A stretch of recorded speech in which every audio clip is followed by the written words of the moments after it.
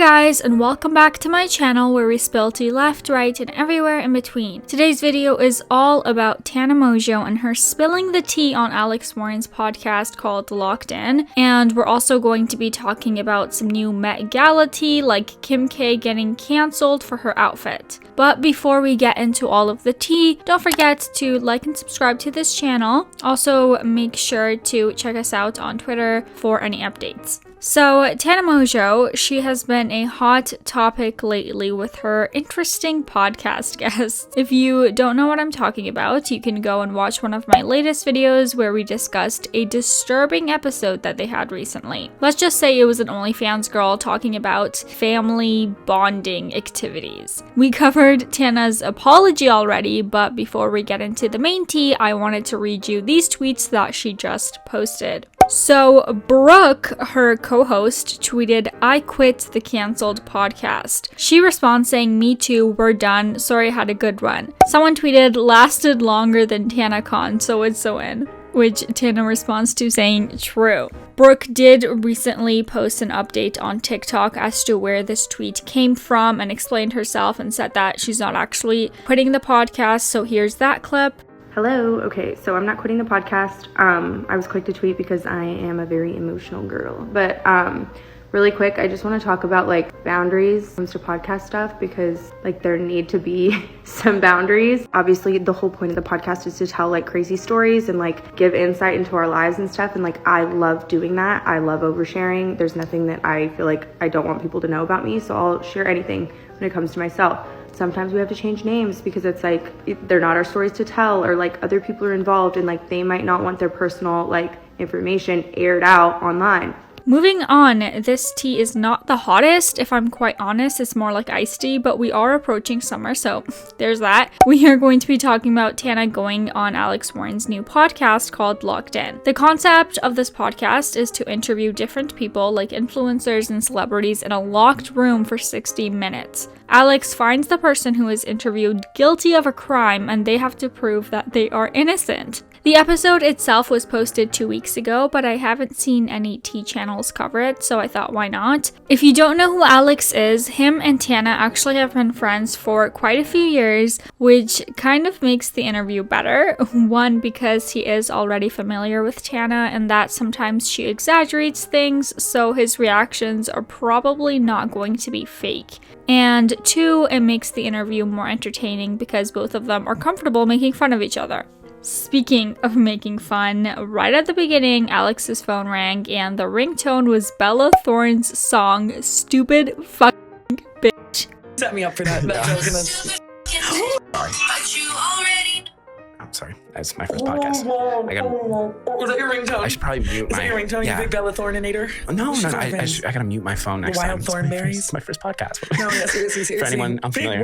So you dated Bella Thorne? I did do that. Oh, we're going right into it. Yeah. You like the segue? So yeah, right off the get-go, we're getting into the drama. Tana mentioned that she feels nervous being the first person since it was the pilot episode. Alex explained to her what's the whole point of the podcast, and he said that he's accusing Tana of, quote, faking marital status with a YouTuber to evade taxes. And Tana responded to that saying that her and her, quote, ex, Jake Paul, were never legally married, surprise, surprise, and that she's a big idiot, apparently. What if I just say I did it? You did? No, I don't. I mean, really, no, because it was never legal. Then they went into Tana's extensive dating track record. Alex asked her who was her worst ex, and Tana said it was probably her first boyfriend. She said it was also public. People knew about him since they made videos together back in the day, like boyfriend tag and so on. She said that she needs to be careful talking about him because her lawyers are not going to be happy. Tana shared that he blackmailed her at the end of their relationship, and it was crazy. Oh my God, I need to talk in like a non-slanderous, like Trumpy way. So Sure, let me do that so I don't get any more lawsuits because my lawyers are this close to quitting or something. He like blackmailed me at the end of our relationship, and I paid him. Like he fully extorted me, and it was crazy because like I didn't want to be with him anymore, and he like went through my phone and found out a bunch of shit. And he was awful to me, so maybe I cheated a little, and then he caught me, and then he blackmailed me. It's so crazy her talking about like how toxic that relationship was back then, because I would like watch her videos and like see her videos with Summer or whatever the guy's name was and like thought they were so cute together. but like behind closed doors, like there was so much shit going on. They talk about Bella Thorne and her beef with Tana. Tana said that she credits Bella for a lot of her success nowadays, since Bella was the one to introduce her to the LA party scene. Tana goes on to say that Bella is a great person. I don't know if we can totally agree with that. I'm not sure if you remember Bella scamming people on her OnlyFans and causing damage to other creators once she dipped, but anyway, Tana said that she misses her and that Bella is really hot. I think I was a very different person before I met her. I think she was like the first person ever like show me, you know, like Hollywood and kind of teach me the ropes of like being a little party girl ass bitch, like, you know, how to brand things like that. And she's very authentic. And I really actually, I mean, for a while I was definitely very pissed at her. She made that song and people would ask me about her and I'd be like, man, Bella Thorne. Then Alex asks her if Bella and Jake called her, who would she pick? She sort of avoided the question by talking about possibly writing a book about her exes. If she ever does that, I think it would be quite entertaining, regardless of how truthful Tana would be telling her story. Gotta give it to her, she is a good storyteller. But I think they all would collectively sue me though. That's my only problem. Oh no, just change the names. If you're You writing can about... still sue someone for like alluding to you in a slanderous way. Oh, don't allude to them. Just kind of just talk about your experience. I think you have the right to talk about an experience you've gone through. Moving on, they go into Tana's scandals. If we had to make a video about that, it would take days to fit all of Tana's scandals, but anyway. Alex mentioned the fragrance drama, which if you don't know, basically Tana got accused of ripping off packaging of an already existing product. Tana was claiming it was all made by her ideas and her design, but people found a lot of similarities to another older product which you can just like buy from like AliExpress. They talked about Tana's podcast. Tana said that she really enjoys it and it gets her into a lot of trouble sometimes, which is true, referring to literally just one of her last videos. And next, they get into Tana's upbringing and that it was really traumatic. Tana said that she doesn't really talk much about that part of her life and her family. She described how she was pretty much adopted by one of her best friend's families and that she would go there all the time for holidays or when she would get into trouble and so on. She added that she's not sure if she had grown up in a different situation, she would like herself. She enjoys that she's managed to build herself up and be self-made. Tana expressed how grateful she is for some of her friends from back then. I'm literally like, I lived the life of someone who was like adopted pretty much. Like I go to their holidays, I talk to them, I call them if I need advice, like I talk to them every day. And I'm like, for the rest of my life, honestly, I will say like that the best gift anyone has ever given me was Amari giving me family. After that, Alex asked her why she still doesn't own a house with all of the money that she has. She could easily buy a property and she's just 23 years old. Bro, I can't even keep a boyfriend for a fucking 5 days. Like that's really my problem with owning my own house is that like, you know, I'm always moving, I'm always wanting to be somewhere else. I don't know where I'm gonna want to be. So like I've gone from having big ass like content vibe houses with 13 people living with me and you're like scootering through the house and whatever. Well, yes, she has the opportunity. I doubt most 23-year-olds can do that, but at the same time, who is ready to find a place and settle down at that age? Tana answered that she didn't really have the ability to buy a house, not because of lack of money, but because she had some issues with her previous management and because there were issues with her credit and taxes and other things. She said that she's in a place now to actually invest in a property, but she just doesn't really feel ready to settle down. Tana added that she would eventually do it, she just sees that part of her life a little bit later. Moving on, Alex asked Tana if the fact that she can't settle translated into her marriage with Jake Paul. He also asked her what ended with a relationship, what was the problem. Tana said that in her other relationships, she would be the problem, but in this particular one, it was totally the other way around. I would hope that he knows how much I loved him and like I would have done anything for him and like all that type of shit. We were in such a content, everything was for content, everything we were doing was for content. We were both doing that and we were together and we were being YouTubers and that was like a vibe and fun. Tana said that their relationship ended up being just for content. It was all for vlogs and posts and so on. She did have feelings for Jake, but everything they did was just for the camera and to profit off of it. She mentioned that she wasn't really a fan of the boxing that he did. Tana described Jake as her best friend and she hopes one day they can be friends again. Like, Jake is definitely the type of person, in my opinion, that wants like a Hugh Hefner-y lifestyle. And then they talk about what people they used to watch, and Tana said that she used to watch people like Shane Dawson, and maybe this reflects parts of her personality now. That is a bold statement, Tana. You're sure you want to be associated with Shane? But then again, it's Tana. She tends to be friends with a lot of people, then expose them and be friends with them again. And then you guys, they talked about TanaCon. I'm sure you know all about TanaCon. I'm not going to get too much into it, but it was one of the biggest scandals that Tana has ever been in, if not the biggest. There was a documentary made by Shane Dawson. Also, I think there was another one too. Her former partner sued her and she also sued him. It was a big mess. Let's just say that TanaCon is the blueprint for shitty influencer events. Alex went on to ask about whose idea it was, what it was like to plan all of that. Did Tana genuinely have interest in that event? She explained how it all started due to her poor experience with VidCon. I don't know if you remember, she had this whole rant on YouTube about the convention, and that's how TanaCon was born. She mentioned that since then, they've completely turned it around, and her current opinion about VidCon is positive. She regrets having this whole event started out of spite for VidCon. But at the time, I was, frustrated and I was ranting, and all the comments were kind of like, you should have your own convention. Right. And then I think that one thing that definitely looking back that I take full accountability for and blame was that I was very angry with the way they made me feel. So I definitely let my spite drive some decisions. You're really gonna have it on the same day as VidCon across the street. You can't plan it for 6 more months.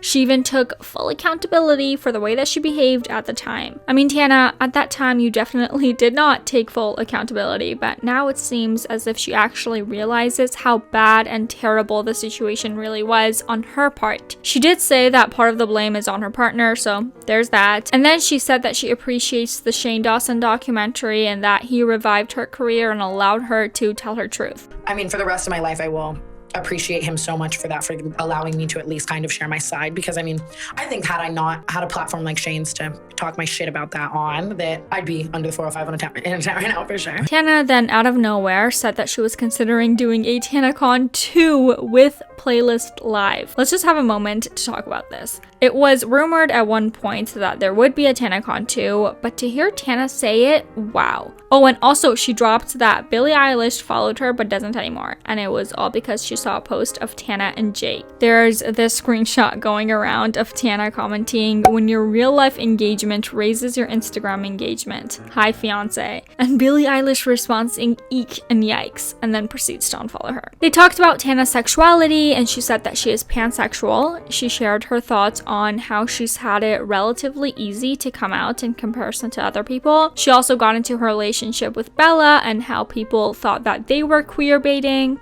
Tana expressed that it bothered her how people would see her relationships with men as valid, but her and Bella were not considered to be a real thing. She thanked Bella for letting her explore her sexuality and learn new things about what people she likes. And next, they got into the iDubbbz drama. Tana said that she regrets the things that she said back then and that she totally deserved to get exposed like that. They didn't actually go too in-depth about the subject, but Alex told Tana that she's learned from her mistakes and that she grew up on the internet, so it was bound to happen for her to mess things up. A few more topics that they discussed were Tana's near-death experiences, her booty for Biden moment, more thoughts on her exes, her mental health and substance abuse issues. So yeah, that was the summary of the podcast. You're welcome. There wasn't any crazy tea, but Tana confirmed a lot of things that were speculated before or that she would hint at but not be straightforward about. And now let's talk about Kim K and her getting cancelled for her outfit at the Met Gala. So if you did not look at social media, you may have missed that Kim Kardashian is getting into some hot water for wearing Marilyn Monroe's infamous Happy Birthday Mr. President dress. She tweeted, "I'm so honored to be wearing the iconic dress that Marilyn Monroe wore in 1962 to sing Happy Birthday to President John F. Kennedy. It is a stunning skin-tight gown adorned with more than 6,000 hand-sewn crystals by Jean Lewis." If you don't know, the reason why this moment in fashion is considered to be iconic and even scandalous, it's because it pretty much confirmed the affair between Marilyn and JF Kennedy. The dress in particular was tailored for Marilyn. It was considered shocking at that time because it looked quite provocative. And a lot of people are mad because that dress was not supposed to be worn by anybody else. Also, given the fact that garment is quite old, it's fragile and people were worried that it would be ruined. Kim actually just wore it though for the red carpet, and then she apparently changed into a replica of the dress. She didn't even drive to the event wearing the dress. I think she changed into it at a dressing room near the Met Gala and then changed back out real quick. So it was probably for a total of 15 minutes. One person tweeted, "Kim Kardashian being allowed to wear Marilyn Monroe's dress is just plain disrespect. A piece of fashion history made for an icon completely ruined. Marilyn should have been the only woman to wear that dress. Exploited in life and sadly exploited in death. Another reason for all of the backlash is that Kim shared that she had to be on a very, very restrictive diet in order to fit into the dress. So they came with like armed guards and gloves, and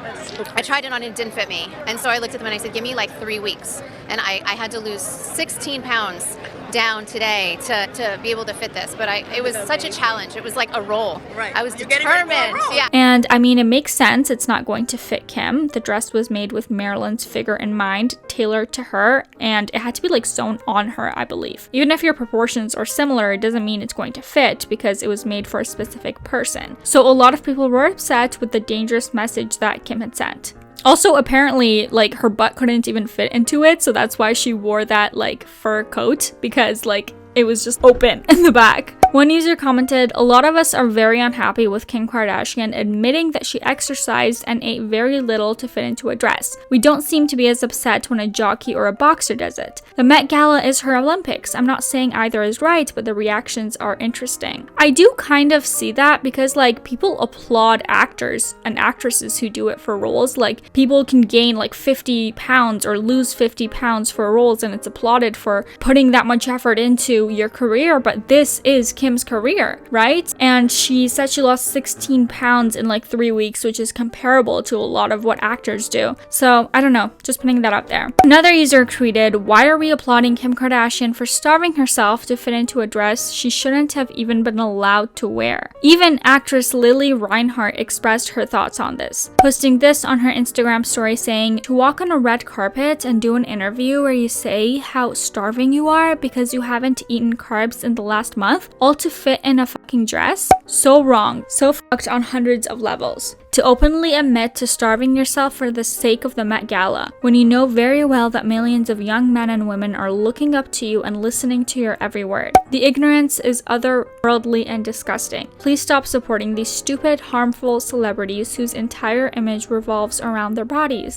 I'm not generally an angry person, but I swear to God, the toxicity of this industry sometimes really gets to me, and I have to do my little Instagram story rants to release my rage. Honestly, I do hear Lily's side on this as well. It's just a tough situation. I can't really tell which side is right or which side is wrong. It's really kind of like a gray area, but I would love to know your guys' opinions on this, so make sure to comment down below. Thank you so much for watching today's video. If you liked it, please make sure to give it a thumbs up and subscribe to the channel. We post new videos every single day. And for now, I'm going to leave you guys with this little eye bleach. Bye bye.